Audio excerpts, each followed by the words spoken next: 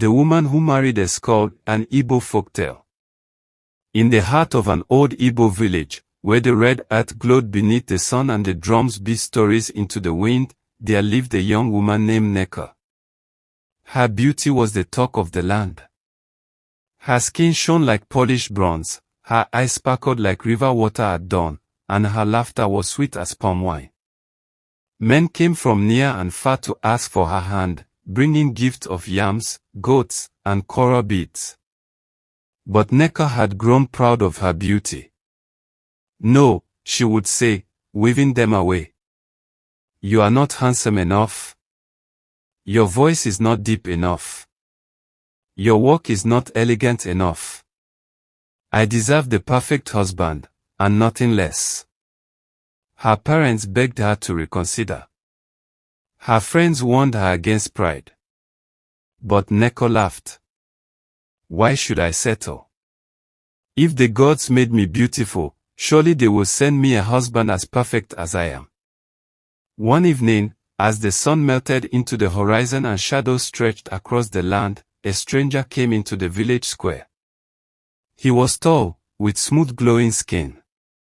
His face seemed carved by the gods themselves, his teeth white like fresh cowrie shells, and his voice was honey dripping from the comb. When he looked at Neka, her heart fluttered like a bird trapped in a calabash. "I have traveled across rivers and mountains to find you," the stranger said. "You are the one my spirit has longed for. Will you be my wife?" Neka, without hesitation, said, "Yes." At last, her perfect man had come. The next morning, the stranger asked her to follow him to his home, far beyond the village. Her parents protested, but she silenced them. "Do not worry. I know what I want." She wrapped her best wrappers around her waist, adorned herself with beads, and walked proudly by his side. At first, the journey was pleasant. The forest air was cool, and the path was lined with singing birds.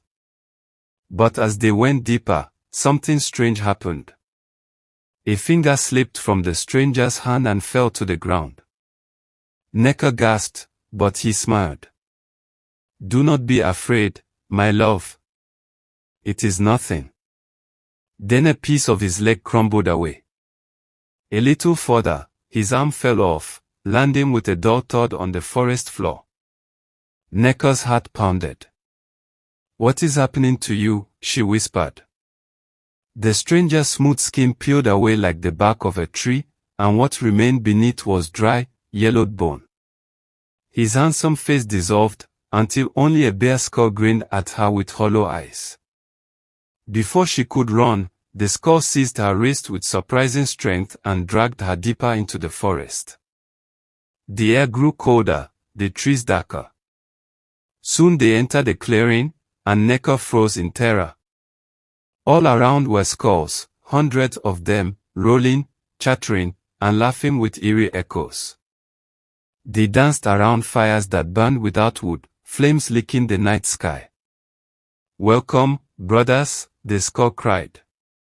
"See the foolish girl who thought beauty was everything. She is ours now."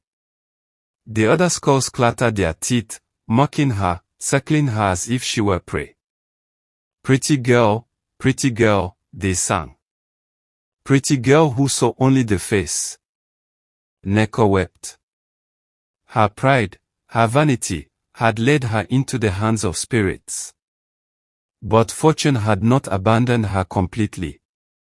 Her younger brother, Chike, had suspected something was wrong when Neka left with the stranger.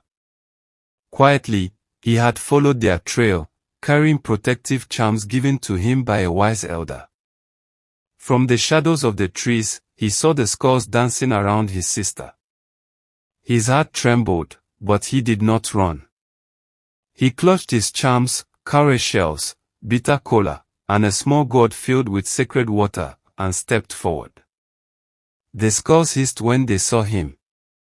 "Leave this place, boy," they cried. "Or join her forever." But Chike sprinkled the sacred water on the ground, and where it fell, the earth trembled. He shouted words of power the elder had taught him, and the skulls shrieked, scattering like leaves in a storm. Seizing his sister's hand, he pulled her away, running through the forest as the spirits howled in rage behind them. The glowing fires died, and the night closed in, but Chike did not stop until they reached the safety of the village. When Neko told her story, the villagers gasped in shock. Some pitied her, some scolded her. But all agreed she had learned a harsh lesson. From that day on, Neko was no longer proud. She treated others with kindness and looked beyond appearances. She learned that a man's worth was not in his smooth skin or charming words, but in his heart, his honesty, and his character.